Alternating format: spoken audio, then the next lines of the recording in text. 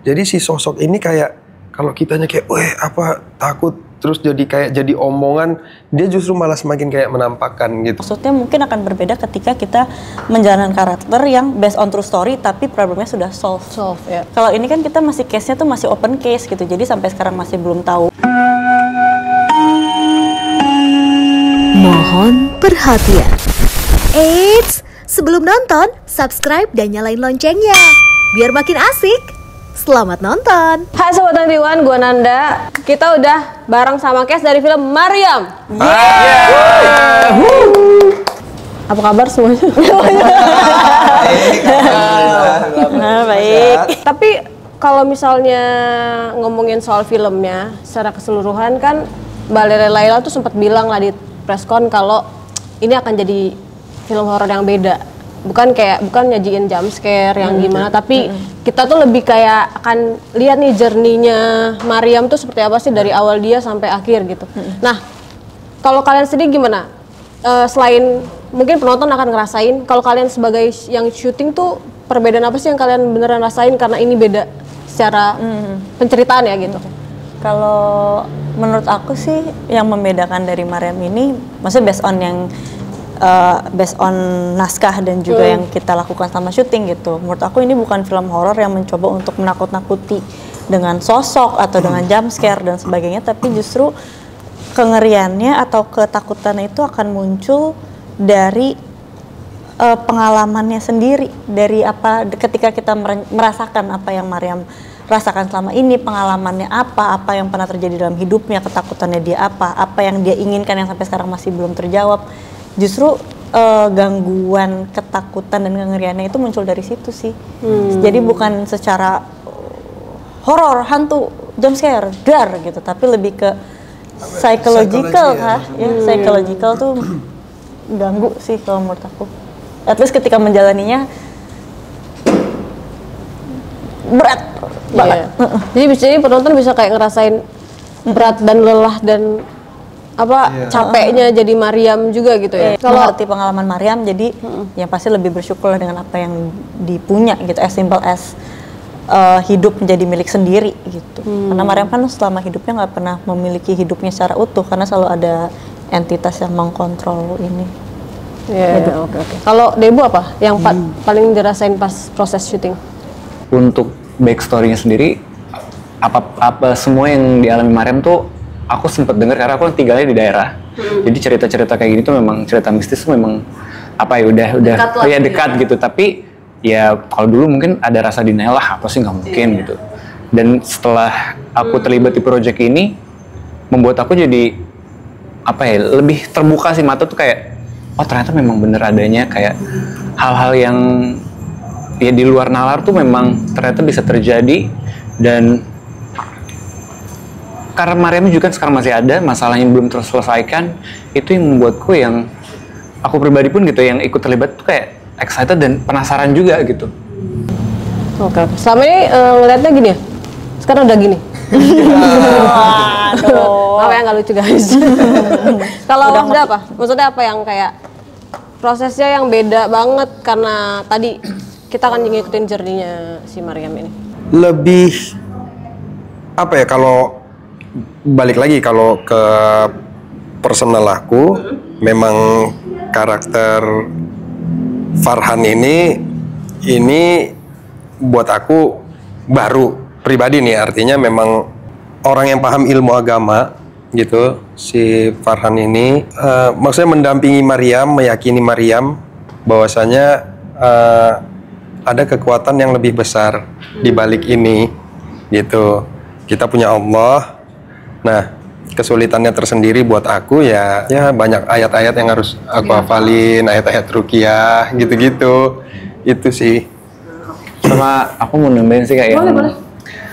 Kalau buat aku berdua itu pas selama seumur hidup aku syuting gitu ya, berseni peran tuh kayaknya baru di project ini aku ada treatment khusus, nggak khusus banget sih, tapi kayak aku satu hari yang beda. Dan itu karena hari pertama syuting, adegannya menurutku adegan yang golden scene berat banget gitu ya, aku sebutin adegannya berdarah-darah gitu. Terus kayak ya aku minta tolong ke teman-teman telco, kru, kayak sebelum adegan ini selesai tolong jangan kayak tanya-tanya yang maksudnya nggak perlu gitu. Contoh misalnya aku kayak mau minum, mau makan atau kebutuhan pasti aku bakal minta. Jadi jangan ajak ngobrol dulu deh gitu. Takut ke distract ya? Iya, takut ke distract. Itu sebelum syuting? Lagi di hari day pertama syuting itu, jadi pas proses syuting hari itu aja. Jadi pas setelah kelar take adegan tersebut, udah aku langsung kayak wah langsung ini lagi lah, langsung jadi biasa. Lebih lega lah ya? Lebih lega ya. Nah, tapi aku penasaran juga nih. Kan kalian itu memerankan karakter yang katanya tuh emang aslinya ada.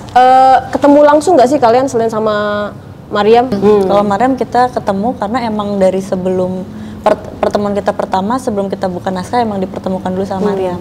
Memang tujuannya supaya kita lebih ngerti dari perspektifnya Maryam gitu, pengalamannya dia, ketakutannya dia, apa yang dia mau dalam hidup itu apa. Berarti tokoh Farhan dan juga Bagas ini adalah POV dari Maryam ya. Jadi dia yang menceritakan semua, Farhan ini seperti apa, Bagas ini seperti apa, kayak gitu-gitu. Nah, tapi sebelum kalian ngambil project ini, ketakutan terbesar kalian apa? Karena kan orangnya masih hidup, kita berhubungan sama entitas yang kita nggak tahu juga bisa mencelakai kita kan gitu, kayak gitu-gitu. Apa sih yang paling kalian takutin? Kalau aku karena emang kan yang pertama kali banget cerita soal Maryam ini Kak Ica, ada Kak Clarissa, produser kita. Pas diceritain, jujur aku penasaran banget sama ceritanya dan apalagi maksudnya mungkin akan berbeda ketika kita menjalankan karakter yang based on true story tapi problemnya sudah solve ya. Kalau ini kan kita masih case-nya tuh masih open case gitu, jadi sampai sekarang masih belum tahu penyebabnya apa yang bikin Maryam gitu. Yang terpilih untuk ditemani oleh entitas ini dan bagaimana caranya supaya dia terlepas dari gangguan di masa depannya nanti bagaimana gitu. Jadi ya ketika aku diceritakan soal project ini sama Kak Ica, aku excited banget. Aku juga takut ada banget karena gimana pun juga berarti harus hati-hati dan respectful gitu sama sekitar dan sama Maryam dan apa yang ada di sekitarnya dia. Dan bahkan juga diingetin untuk tetap fokus gitu selama syuting, jadi nggak lost ya? Kebawa gitu kali ya. Oke. Kalau Wafda apa yang paling takutin sebelum ambil project ini? Kalau aku meyakini bahwasanya ya itu tadi ada kekuatan yang lebih besar dari ini kan, kita punya Tuhan. Nah, feel itu yang aku bawa ke Farhan sebenarnya. Jadi kayak ya bismillah aja, minta doa sama orang tua gitu, minta doa istri, gas. Jadi kayak emang karena niatnya juga nggak ada yang buruk gitu kali ya. Jadi kalian kayak karena memang lebih ke jujur awal itu karena kita ngobrol sama Maryam itu ada apa ya kayak empati gitu, maksudnya rasa yang wah kasihan ya anak ini gitu loh, kasihannya Maryam gitu, maksudnya ya semoga yang kita kerjain ini bisa membantu dia juga untuk menyelesaikan problemnya yang dia rasain itu sih sebenarnya. Karena emang tujuannya kita bukan mau bikin film horor yang jump scare, menakutkan, gitu. Tapi kita mau menceritakan pengalaman hidupnya Maryam gitu dengan harapan dengan semakin orang aware, makin banyak kemungkinan bantuan yang bisa memberikan jalan keluar ke Maryam gitu. Kalau Ibu apa? Ada nggak takutnya? Ketakutan terbesar sih lebih apa ya? Walaupun ya balik lagi kita kan yang pertama harus percaya akan Tuhan kita. Karena pengalaman aku berperan sebagai Bagas ini mungkin kalau sebenarnya karakter Bagas ini kalau di film lain mungkin kayak tipikal kayak pemeran pembantu utama yang contohnya kan aku memiliki ketertarikan gitu dengan si perempuan ini, tapi biasanya mungkin saingannya atau enggak halangannya itu ya bener-bener ya sesama manusia lagi, tapi kan kalau di film ini aku bersaingnya dengan entitas yang tidak bisa disebutkan itu. Dan juga apa namanya teror-teror yang terjadi sama karakter Bagas ini ya pas ketika ambil adegan tuh ya bener-bener aku harus punya kesadaran penuh gitu. Jangan sampai yang aku takutin ya ketika aku ngelakuin adegan itu aku lepas kontrol sampai malah mencelakakan aku sendiri, itu aja sih paling. Oke. Tapi Mariamnya sempat ikut syuting nggak sih? Enggak. Datang ke lokasi. Jadi belum, nggak sama sekali ya? Enggak. Yang tadi aku bilang, jadi emang sebelum kita buka naskah, kita ketemu dulu sama Mariam, kita cari tahu, ngobrol banyak soal Mariam dari perspektifnya dia itu bagaimana, dan tim juga selalu tektokan sih yang aku tahu. Jadi selama syuting tektokan terus sama Mariam, selesai syuting pun kita ketemu lagi di sini gitu. Jadi walaupun dia nggak datang ke lokasi, tapi selalu komunikasinya jalan terus dua arah. Berarti proses pas praproduksinya tuh sempat nggak sih Mariam menyebutkan kayak spesifik, karena kan ini kan sebenarnya akan menceritakan mungkin hampir keseluruhan itu sama persis sama yang dialami sama Mariam kan. Tapi ada nggak kejadian yang emang dia spesifik, ini nggak boleh diceritain ya, karena akan membahayakan seseorang atau dia sendiri atau gimana gitu? Ada nggak sih yang nggak boleh spesifik? Dia nggak bilang itu sih sebenarnya. Oh yang ini tolong jangan diceritain atau apa, itu nggak ada. Tapi memang ada reaksi yang seperti kayak, aduh, gue mau cerita ini tapi gue nggak bisa ceritain ini, gitu. Setiap kayak misalnya ada pertanyaan mungkin dari Clares atau dari teman-teman yang lain, dari Mbak Lele misalnya atau dari Bang Kinoy, ada kayak reaksi itu. Jadi kayak, oh oke, kita ganti pertanyaan deh, coba apa yang gitu-gitu. Kalau aku lihatnya mungkin dia kayak mau jawab tapi kayak ngerti gak sih kayak, aduh gue nggak bisa nih jawab ini, takut mungkin marah atau apa gitu. Ada itunya. Terus apakah ini film juga akan akhirnya kayak ngasih tahu orang-orang itu yang menganggap dia berbeda gitu, jadi kayak ngertiin Mariam juga nih gitu? Banget sih kalau di bagian itu, karena seperti yang udah disampaikan sama Mbak Lele juga, jadi redline cerita ini, semua adegan yang ada di film ini based on true story, based on apa yang disampaikan sama Mariam di podcast maupun yang disampaikan langsung ke kita. Tapi memang namanya film pasti ada ruang kreatif, jadi dibuat atau dikemasnya di sesuatu yang berbeda gitu, kayak setnya atau namanya yang diubah gitu. Tapi semua based on apa yang terjadi sama Mariam. Mungkin dari yang diceritain sama Mariam, apalagi sih hal yang akhirnya kalian sadarin setelah dengar cerita Mariam gitu?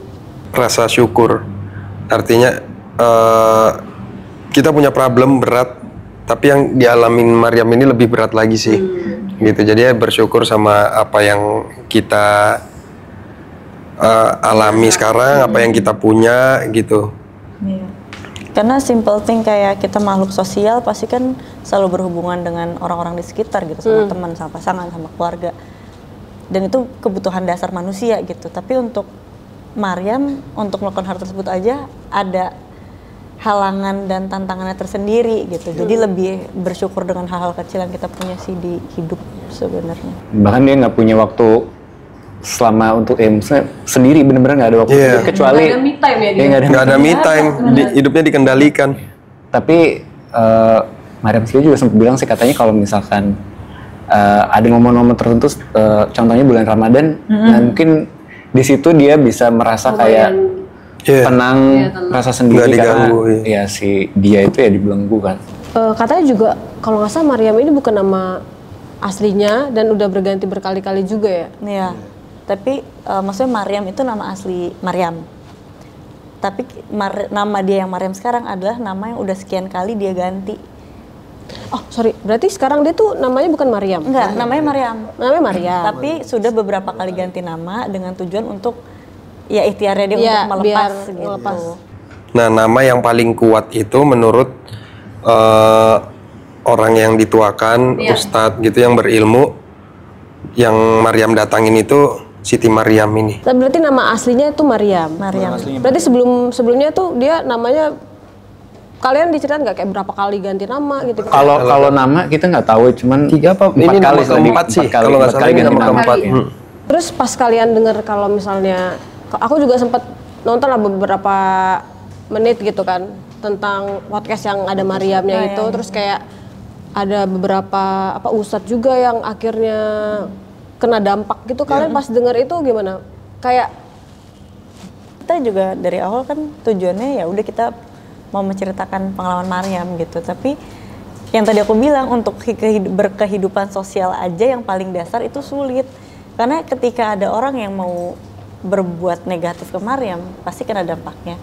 Tapi di sisi lain orang yang akan berbuat positif pun juga nggak ada jaminan dia akan baik-baik saja gitu. Tapi ada nggak momen yang kalian kayak nggak duga juga dialamin dia sampai segitunya dan sampai kayak kalian inget banget gitu, ada nggak? Sebenarnya semua yang kejadian di hidupnya menurut aku tidak normal gitu loh dengan tapi dengan caranya Maria menceritakannya itu nggak sama sekali nggak iya nih hidup aku seperti ini nih, enggak. Jadi ya udah nih kehidupan aku seperti ini, memang dari kecil ada gangguan ini. Aku merasa Mariam tuh justru nggak sama sekali nggak ada rasa ingin dikasihani atau apa. Justru yang muncul di aku rasanya Mariam ini kuat banget karena kalau ini kejadiannya bukan spesifik ke Mariam, belum tentu orangnya bisa bertahan sampai sekarang gitu. Tapi kalau buat aku sih sampai sekarang yang masih kayak kok bisa gitu dari surat sih. Maksudnya kayak surat terus dalam tulisan Arab gundul. Maksudnya kan ada fisiknya. Kalau misalkan kejadian-kejadian yang mistis masuk ke misalkan ke mimpi atau lewat sesuatu yang nggak nyata, ya kita masih ya bisa kebetulan aja kan. Itu juga terjadi di banyak orang juga gitu ya. Kalau bener-bener ada fisiknya, bukti konkretnya gitu, fisiknya, jadi kayak wah ini memang di luar nalar gitu. itu surat itu sempat ditranslate nggak sih akhirnya? Sempat. Artinya apa sih? Kalian kayaknya sudah sempat ada di post di Instagramnya Mariam dan itu pun pakai bahasa Arab kuno, Arab gundul dan yang bahasa Punjangga gitu. Jadi bukan bahasa Arab sekarang. Puisinya gitu. Surat cinta. Surat cinta benar.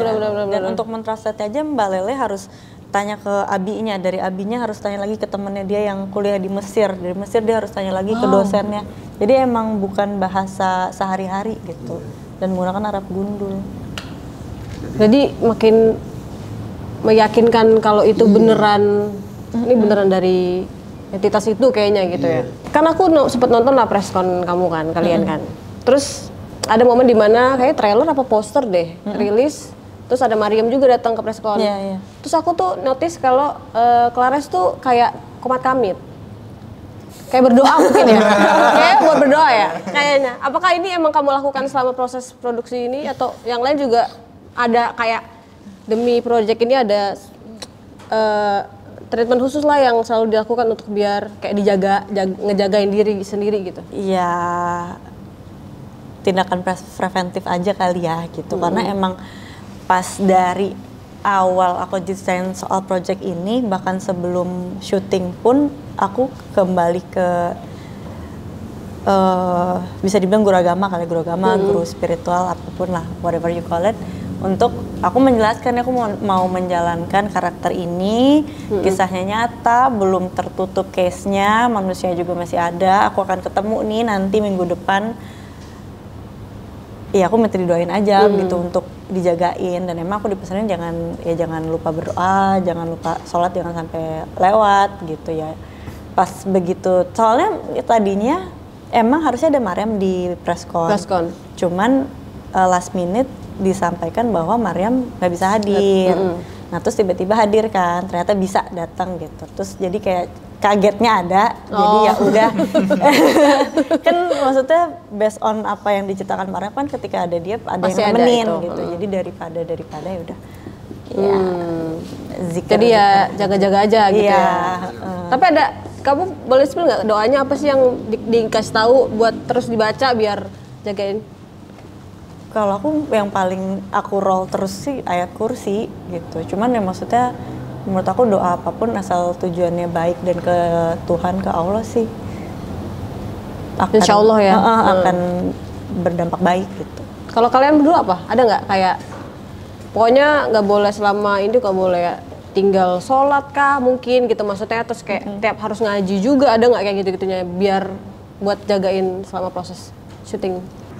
Kalau untuk proses syuting Mariam ini ya memang karena kebetulan ayat-ayat yang aku baca, ayat-ayat ruqyah gitu untuk ngelindungin diri apa, jadi memang ya sembari menghafalin sembari ya udah buat diri sendiri juga. Iya, buat sendiri juga. Kalau aku banyak-banyak zikir, sama sebenarnya aku lupa lagi ada sempat dikasih doa gitu kalau nggak salah surat Nabi Yusuf atau Nabi Sulaiman ya. Ada juga aku cuma lupa. ada beberapa surat lah yang memang untuk spesifik untuk Iya. mengusir atau nggak menjaga supaya nggak ada gangguan gitu. Tapi pas kalian ngobrol sama Maryam, ada nggak kayak bentuk, ada hal yang menunjukkan bahwa ada kehadiran sosok ini selama proses itu? Nah, sebelum aku mau cerita ke Bang Wafda sama Clares, aku tuh baru pertama kali ketemu kemarin pas preskon. Oh, oke. Dan aku memang nggak komunikasi banyak sih, belum nggak yang cerita banyak. Tapi kebetulan aku duduk di sebelah dia. Jujur, ini nggak melebih-lebihkan. Di sini panas sih. Kayak gimana ya jelasinnya? Serem gitu. Padahal studio Tentiwan kan dingin Sini ya? dingin. Kalau kalian berdua ada nggak sama proses? Mungkin kayak dia mau nunjukin kalau saya beneran ada nih nemenin Maryam gitu. Ada nggak sih? Mungkin pas pertama kali ketemu di kantor kali di bawah kan. Cuman ya believe it or not, atau sugesti kah, atau emang mau menunjukkan bener adanya. Jadi aku kan ada banget perasaan gak nyamannya sih ada gitu, dan perasaan was-wasnya dan diawasinya tuh ada memang. Sampai pas aku sholat di bawah tuh lantai 1 ada rasa gak nyamannya gitu. Kayak sampai kayak ini ada ini sih gitu. Tapi ya Wallahualam lah. Tapi nggak sampai ada yang beneran diganggu kan, untungnya ya, alhamdulillahnya ya. Karakter yang Wafda mainin nih, doa-doa apa aja sih yang akhirnya dipelajarin? Mungkin udah hafal kali, tapi akhirnya dihafalin lagi. Dan ada nggak surat yang emang spesifik agak berat juga untuk dihafalin karena panjang dan lain-lain gitu? Ada banyak sih ya, maksudnya Al-Fatihah, ayat kursi, Al-Baqarah 3 ayat terakhir, terus aku lupa surat apa tuh ya. Wa imma yang zawanaka minasyaitonir nazghun fastaiz billah, itu juga. Jadi kayaknya ya itu kan panjang, maksudnya Farhan itu kan orang yang punya ilmu agama, lanjut sekolah dari pesantren itu keluar kembali lagi ke kampung itu gitu. Jadi kan emang harus fasih kan gitu bahasanya apa itu sih. Berapa Bang akhirnya bisa fasih menghafalkan ayat-ayat ini? Ya sampai mau take juga masih sambil diulang-ulang, baca sampai akhirnya hafal. Kalau menurut kalian gimana? Udah cocok jadi Ustadz? Cocok banget. Ustadz apa? Ustadz tentara kata. Karena emang Wafda ini banyak banget scene berbahasa Arabnya gitu. Iya. Oh ya, kita juga ada yang kita berdialog juga bahasa dialog Arab. bahasa Arab. Itu juga ngafalin tuh. Kan beda ngaji sama ngobrol kan. Nah, itu juga. Terus ada ya beberapa scene lain kayak element of surprise. Jadi kita pakai ayat ini ya gitu ya. Oke, ngapalin dulu. Itu panjang-panjang tuh? Panjang-panjang. Panjang. Ya, kebetulan kan kita nggak bisa ngomong bahasa Arab ya. Maksudnya kadang sedikit-sedikit pun, misalnya cuma, kamu ada yang ingat nggak dialognya? Misalnya ya, Maryam udah ngomong pakai bahasa Arab. Aku udah inget nih dialogku. Cuma kalau dengerin dia, dialogku lupa. Aduh, dialog bahasa Arabnya gitu tuh ada banget. Jadi lumayan beberapa kali retake gara-gara itu juga ya? Ada itu. Tapi berarti entitas ini tuh emang ngomongnya bahasa Arab gitu? Atau? Iya, berbahasa Arab kan? Kalau based on yang Maryam sampaikan sih Enggak ya? jadi Tapi dari tulisan surat cinta dia juga Arab sih Arab, ya? dan emang kalau yang Maryam sampaikan sih emang dia deceiving banget, sangat pintar mengelabui gitu. Jadi bisa menyerupai gitu, menyerupai manusia, menyerupai apa. Dan jin ini kan yang sangat cerdas sekali. Iya. Terus karena kan dia berhadapan sama ustadz kan, akhirnya dilawannya juga dengan bahasa yang itu kali ya. Oke. Kalau Clares sama Debu apa yang paling susah? Kalau aku misalnya secara keseluruhan emang ketika proses persiapan dan selama syuting itu menjalani Maryam, lelahnya tuh yang paling besar bukan secara fisik tapi secara mental dan psikis gitu. Yang itu bikin aku jadi wondering, aku yang ngejalanin selama beberapa bulan aja sebegini lelah capeknya, ya. Dan drainingnya bagaimana yang Maryam beneran lakukan gitu selama 28 tahun gitu. Tapi emang ada beberapa scene intens yang aku tahu ini keadaannya seperti ini, Maryam sudah mengalami ini, setelah ini apa yang akan terjadi. Tapi emang ada beberapa scene yang tiba-tiba aku merasakan kayak emosi yang besar banget gitu. Dan emang begitu kelelahan dan lain-lain tuh ada, tapi Ya alhamdulillah sudah bisa terjalani dengan aman. Tapi yang pas Insyaallah. kamu ngerasain emosi yang keluar lebih dari yang kamu Ekspektasikan. expect itu, kamu sadar atau baru sadar setelah selesai gitu? Aku sadar. Tapi kaget aja gitu. Wah, gede banget tadi marahnya gitu. Tapi akhirnya itu nggak diambil nggak atau retake karena terlalu itu, malah jadi kayak gitu. bagus gitu ya? Kayak oke. Kayaknya ada di trailer juga nggak? Iya itu ada di trailer part-part yang itu. Atau ya mungkin emang sebesar itu kali emosinya kali. Iya. Maksudnya sebesar itu apa yang Rasain. dirasakan di dalamnya Maryam gitu. Sampai Karena di titik itu keluar semuanya gitu. Karena itu juga mungkin kan kamu mengikuti sebagai karakter Maryamnya, prosesnya seperti apa, jadi outputnya segitu gitu ya? Iya. Oke, kalau ibu apa? Tadi ya? Kalau Berdarah-darah tadi? Dia berdarah-darah dan apa ya? Kalau ngeliat, aku kan banyak pasti sama Clarissa terus. Kalau dari vibes duduk bareng Clarissa tuh pasti kayak ada beberapa momen yang kayak ini Clarissa beneran gak sih gitu. Kayak ini mungkin lagi serius kali ya, lagi mendalami. Tapi buat aku juga memang karena apa ya? Bagas sama Maryam ini kan ya memang punya kisah romantis juga, tapi romantisnya memang yang nggak menye-menye gitu. Maksudnya dalam satu sisi Bagas kan memang tulus cinta walaupun memang tahu resiko apa yang dihadapi, lebih menjaga ke apa ya, rasa menunjukkan rasa sayangnya gimana kalau misalkan ya Bagas tuh siap gitu menerima resiko apa yang terjadi. Karena Maryam sendiri kan bilang kayak ya kamu yakin gitu. Jadi menjaga itunya sih supaya apa ya, ya kamu juga kan Clarissa nggak bisa yang tiba-tiba aku apa namanya, misalkan aku yang ngegodain apa gimana, dia juga nggak akan bisa luluh hatinya gitu karena tahu konsekuensi apa yang akan dihadapi. Karena Maryam juga ini ya, kayak ngebatas sendiri juga nggak sih untuk ada orang lain yang takut karena mencelakai orang itu? Mungkin Maryam lebih aware dengan konsekuensinya yang akan terjadi gitu dengan orang-orang yang ada di sekitar dia, dan pastinya bikin hubungan personalnya dia nggak akan selepas kayak kita gitu, yang open sama teman baru, pasangan, apa segala macam.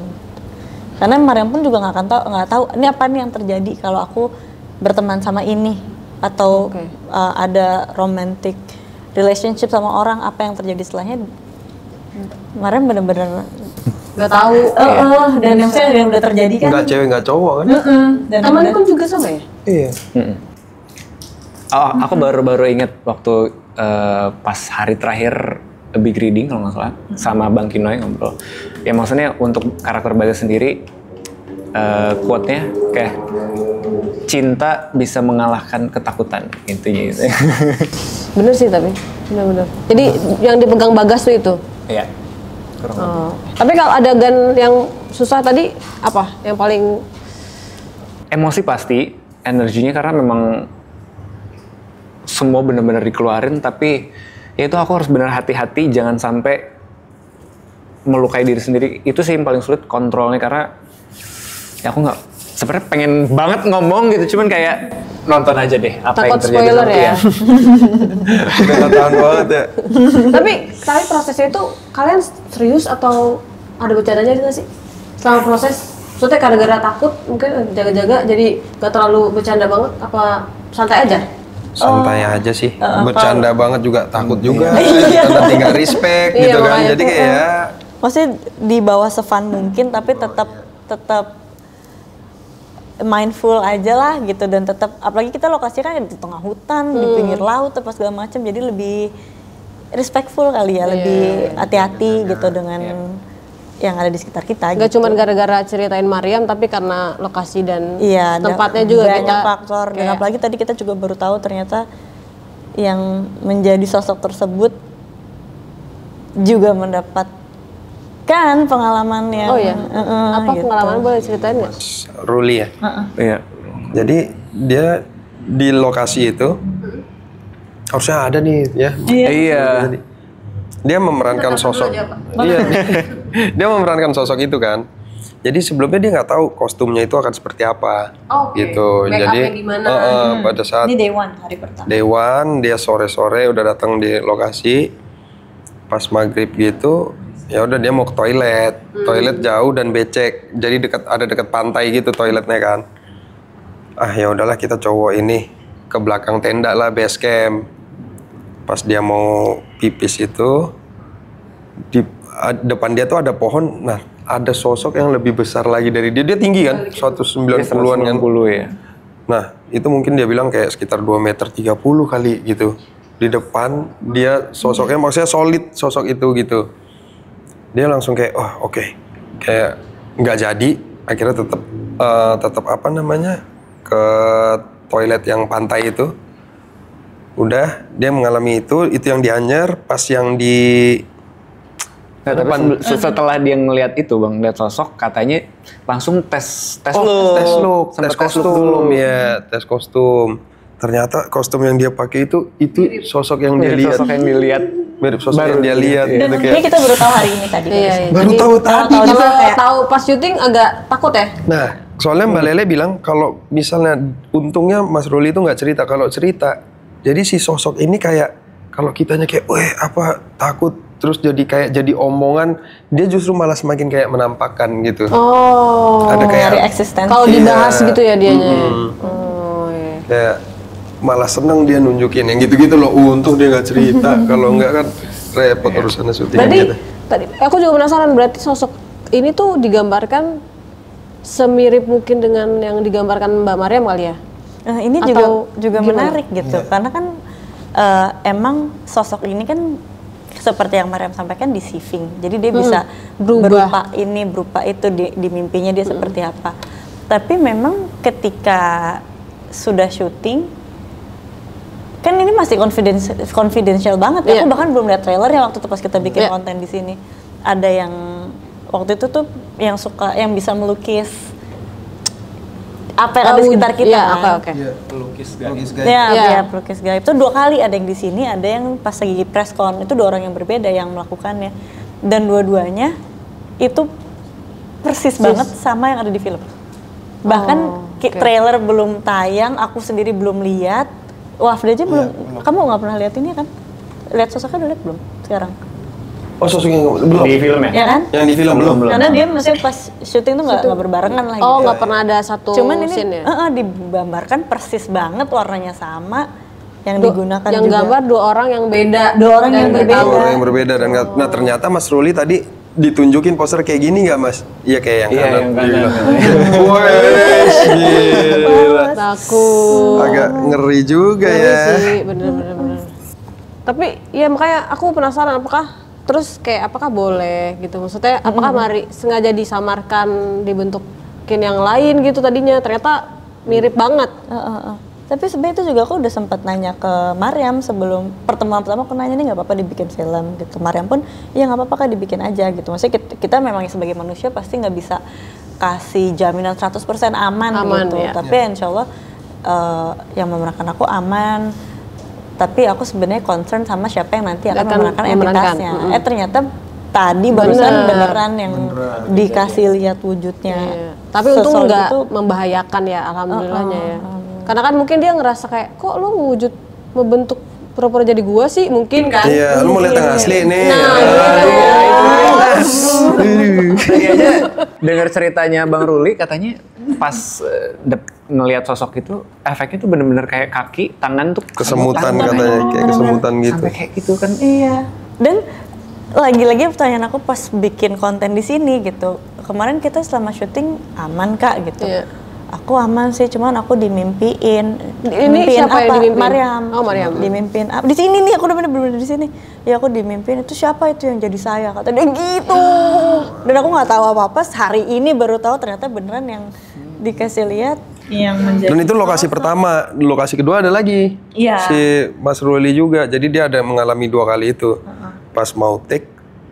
Jadi ada kayak bayangan yang makin lama makin besar gitu. Dia pikir tuh kayak kan kalau lampu kayak gini orang lewat kan ada bayangan gitu kan. Dia lihat sumber lampunya mana nggak ada. Jadi bayangan itu, nah Tapi kalau itu bentuknya kayak asap, nggak solid muter, gitu.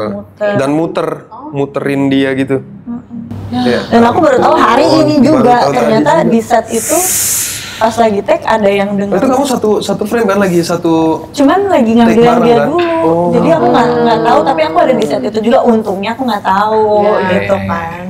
Untung Mas Ruli juga nggak bereaksi apapun ya. Iya kalau cerita mungkin ketemuan apa gitu, mungkin dia semakin menampakkan kan. Waduh. Iya. Kan serem ya. Tapi kalau nama entitas ini disamarin nggak sih? Di film ini disamarin kan?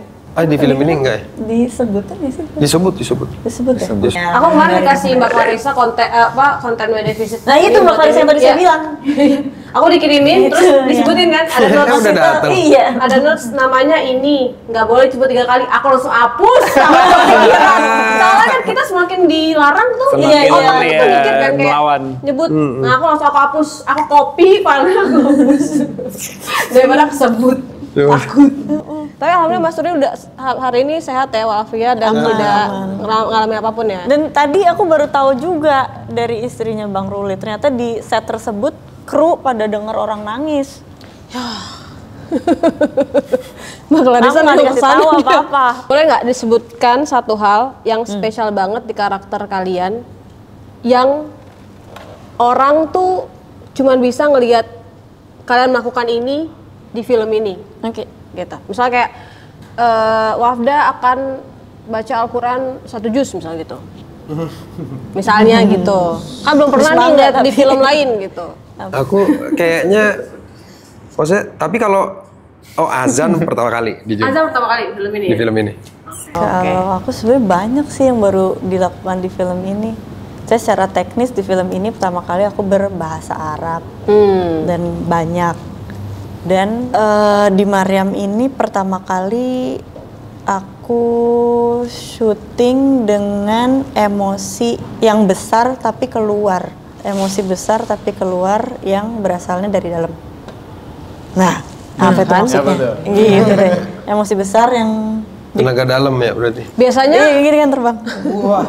Enggak biasanya emosi besar ditahan tapi di dalam. Jadi maksudnya di sini aku pertama kali memerankan sebagai Maryam yang dia punya emosi besar banget, punya tekanan yang gede banget, tapi ada di satu titik semua yang dia supres itu meledak. Meledak. Oh. Gitu. Dalam bentuknya apa? Kita nonton aja nanti tanggal 18 September 2025. Oke.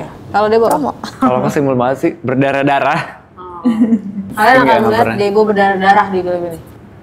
Gitu maksudnya? Iya. Soalnya pas lagi mau syuting kesandung dia. Iya. Banyak banget tuh berdarah-darahnya. Ada satu lagi yang menurutku cuman ini spoiler banget sih. Tapi pokoknya ini benar-benar baru pertama kali aku memerankan adegannya. Oh, oke. Tahan. Adegan ini Jangan sampai keluar. sangat ini ya, pokoknya sangat spesial. Iya, kalau buat aku spesial banget. Oke, jadi kalau kalian mau nonton dan melihat ketiga aktor ini melakukan hal pertama kali, kalian harus nonton Maryam, Janji dan Jiwa yang terikat. Tanggal 18 18 September September 2025. Di 2025. bioskop kesayangan kalian. Karena Sampai kalau bertemu. kesayangan saya Cuma cuma dia. kamu. Ini siapa tuh? Wow. Maaf ya. Bye. Oke, thank you.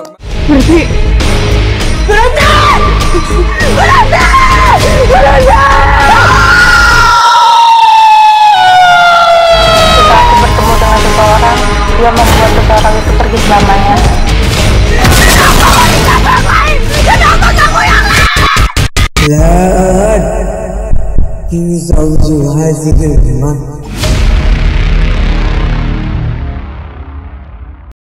Asik kan videonya? Jangan lupa like, subscribe, dan komen ya. Sampai jumpa di video selanjutnya.